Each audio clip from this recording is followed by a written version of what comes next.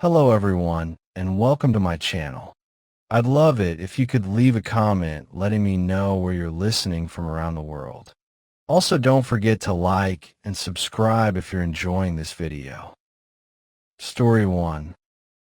I grew up on the outskirts of Gallup, New Mexico, in a small weather-beaten trailer that sat so close to the tree line the pines looked like they were leaning in to listen. In the daytime, the place felt harmless, almost peaceful. But at night, my mother used to say the woods grew ears. She told me never to whistle after dark and never, under any circumstances, to answer if something outside called my name. I thought it was just superstition, the kind of thing old folks say to keep kids from wandering too far after sunset. I didn't believe her. Not until the night something came looking for me. It was the kind of winter night that makes you question if sound even works outside. Air frozen still, sky drained of color, the world dead quiet. I was lying on my bed, half asleep, scrolling through old photos on my phone when I heard it. A knock.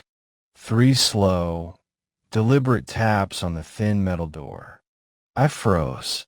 No one ever visited us that late, and I sure as hell wasn't expecting anyone. I sat up listening. Sometimes the wind slapped the loose siding, but this wasn't wind. This was knuckles. Then a voice followed, soft and familiar. "Eli, open up. It's me." My heart flipped. It was my brother's voice, but my brother was stationed in Colorado. I had talked to him 2 days earlier, hours from home, snowed and on base. No way he was standing outside my trailer in the middle of the night. Still, I got up, slowly, carefully.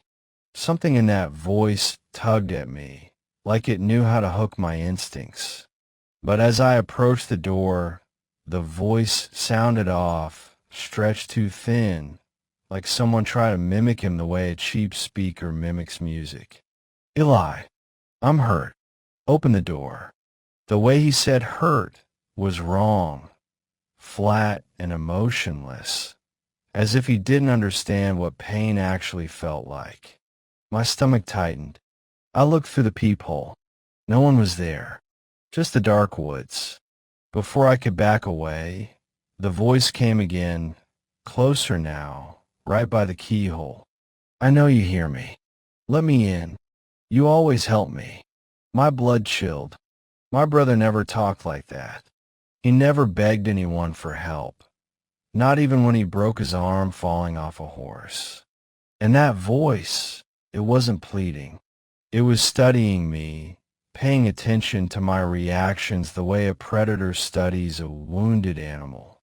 I stepped back. The house seemed to grow smaller around me. Then the voice said my name again. "Eli," but this time it sounded annoyed, maybe even insulted, like I was breaking some unspoken rule.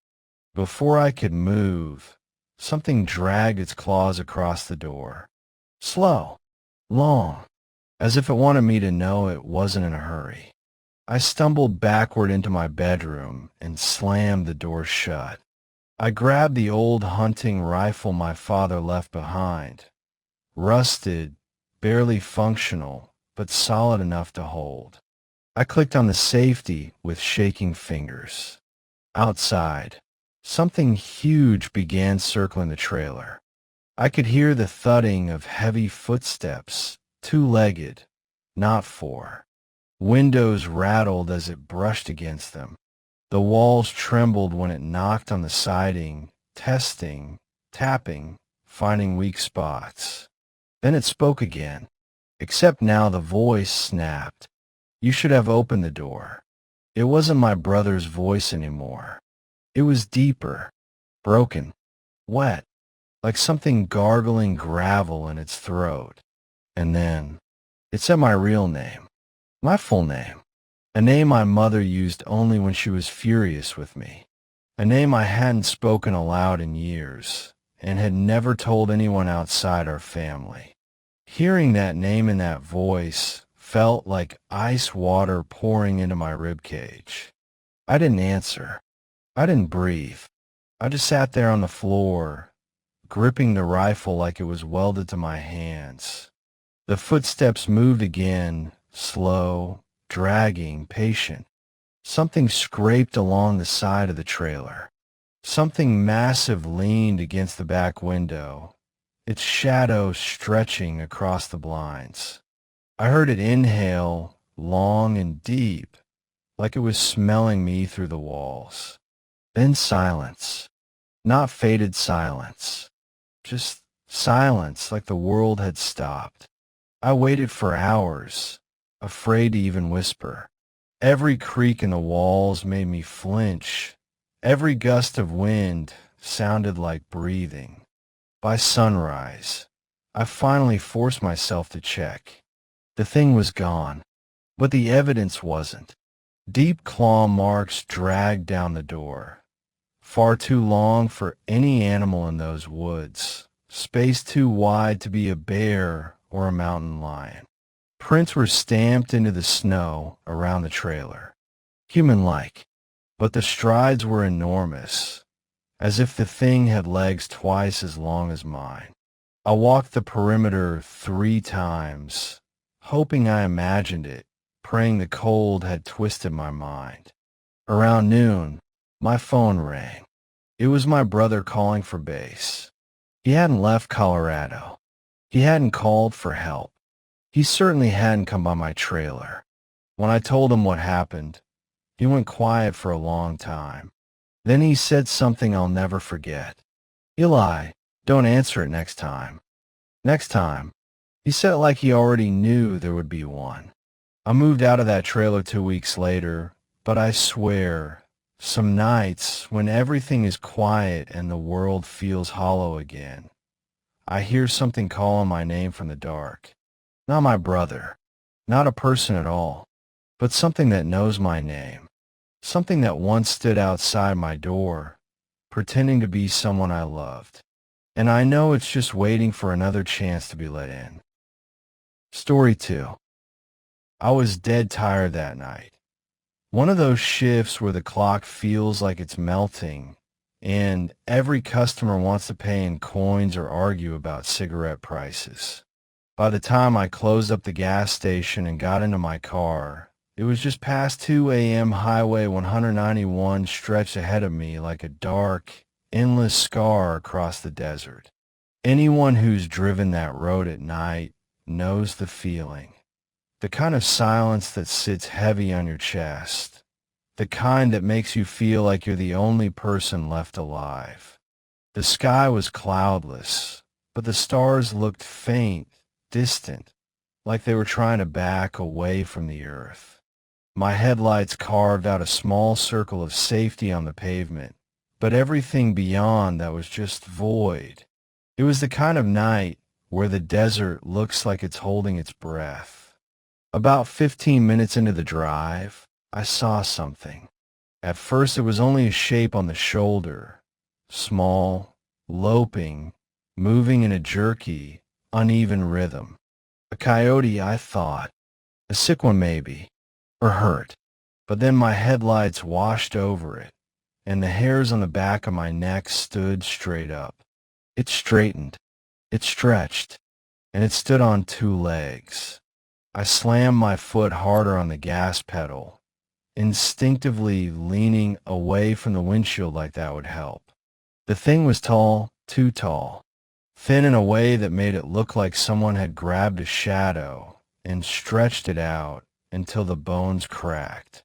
Its joints bent wrong, like it had been assembled by someone who'd never actually seen a human body but had heard a rough description. And the way it stared at my car, no, not my car. Me.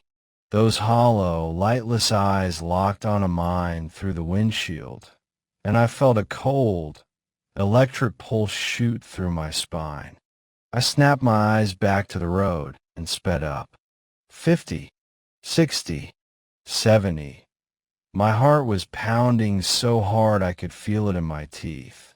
For a moment, I convinced myself I had imagined it. Long shifts do things to your brain. Maybe it was a coyote, and my mind twisted it in the headlights. But then curiosity, or stupidity, made me look into the rearview mirror. I shouldn't have. God, I shouldn't have. Behind me, in the dim cone of my taillights, that thing was running. Not like a human, not like an animal, not with effort. It glided, like its feet barely touched the ground, like the road was moving under it instead of the other way around. And it was keeping up with my 80 miles per hour like I was going 10. My mouth went dry. I couldn't breathe. My hands locked on the steering wheel so tight my knuckles felt like they'd crack. The road blurred past me as I kept accelerating, praying for a town, a light, a sign, anything that wasn't this infinite stretch of desert death. Then the tapping started.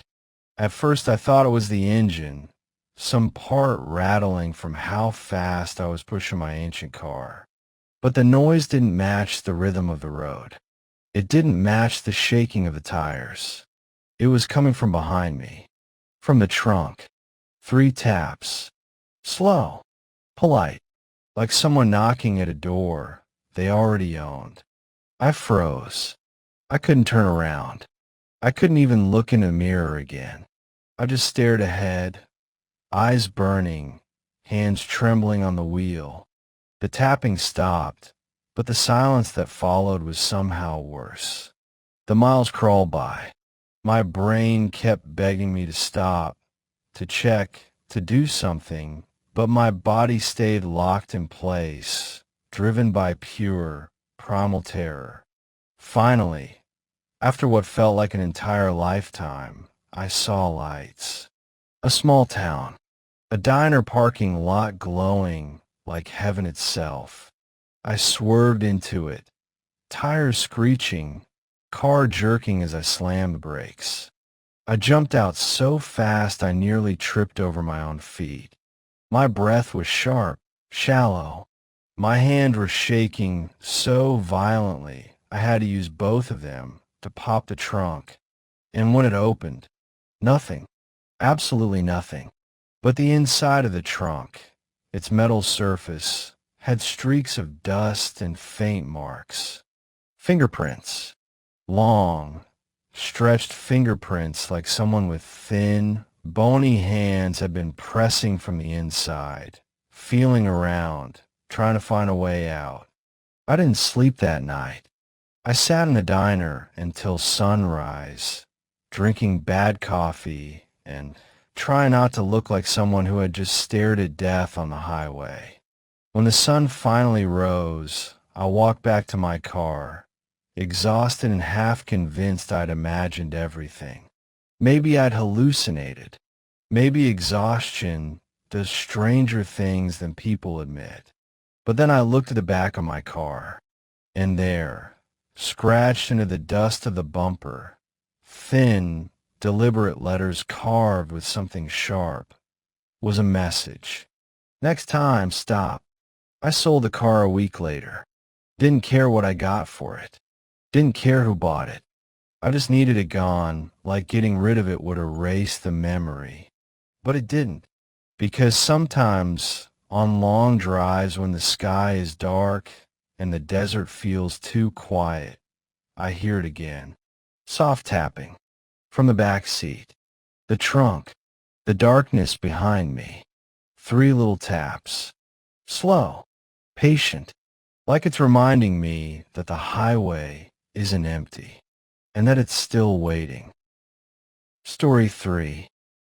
2 years ago, my friend Mateo and I decided we were tired of screens, noise, and the constant hum of the city that gets into your bones. We picked a spot near the Arizona-Utah border, a place so quiet the silence felt alive. A 2-day hiking trip. Camp. Relax. Unplug. That was the plan. Funny how plans fall apart in the dark. The first day was normal, almost perfect, actually. We set up the tent, joked about how we were basically wilderness experts now, and cooked ramen over a tiny stove like proud cavemen. When the sun began sinking behind the sandstone ridges, the air turned cold fast.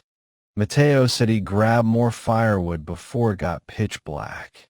He wandered off with a small hatchet and that stupid grin he always had whenever he thought he knew what he was doing. He didn't come back. 10 minutes turned into 30. 30 into an hour into 3. I called his name until my throat burned. The only thing calling back was the wind, whistling low between the rocks like it knew something I didn't. By midnight, the fire had shrunk to a faint orange ring, and my hands were shaking, not from cold but from the growing, crawling fear that something was wrong. Very wrong. At 3 a.m., I had already decided. I was going to grab a flashlight, head toward the trail, hike back to the car, and find help. My stomach was in knots, my head pounding from thinking of every terrible possibility. Mountain lion, fall, snake, or something worse, something I didn't want to admit existed. I had just unzipped the tent when I heard footsteps. Slow, heavy, crunching over dry leaves and brittle twigs. Then a familiar voice, low and strained. Bro, I'm back. Sorry. Mateo. The sound of Mateo. Except it didn't feel right. His voice stretched, each word like someone pulling skin too tight. It sounded like it hurt to make that sound. He stepped into the dim glow of the dying fire. It looked like him. Same hoodie, gray, stained from camping and life. Same jeans. Same boots with that one broken lace he always refused to fix.